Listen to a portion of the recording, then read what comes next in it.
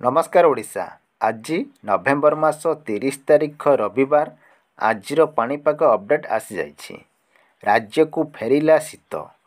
आज 4 दिन जाए राति तापमात्रा वृद्धि पाइब। प्रकारांतरे कहिबाकू गले एही समय ओडिशा रे ठंडार प्रकोप कम रहिब। सप्ताहे व्यवधान परे राज्य को पुणी फेरिछि शीत। 3 दिन हेला तापमात्रा ह्रास पाइबारे लागिछि।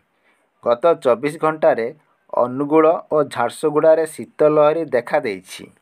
सेहीपरि दक्षिण आभ्यंतरण ओडिशा रे किछि स्थान रे न्यूनतम तापमात्रा स्वाभाविक ठारू 2 ରୁ 3 डिग्री कम रहिछि।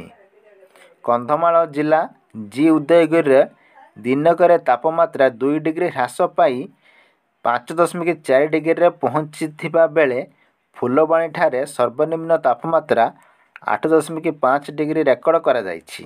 सुंदरगढ़, कंधमाल, कलाहांडी, कोरापुट आदि जिले में किछि स्थान रे घन कुहुड़ी हेबा नेई विभाग पक्षरु सतर्कता जारी करा जाइछि। सेबेले गत किछि दिन धरि लागि रहिथिबा वर्षा आशंका दूर होइछि।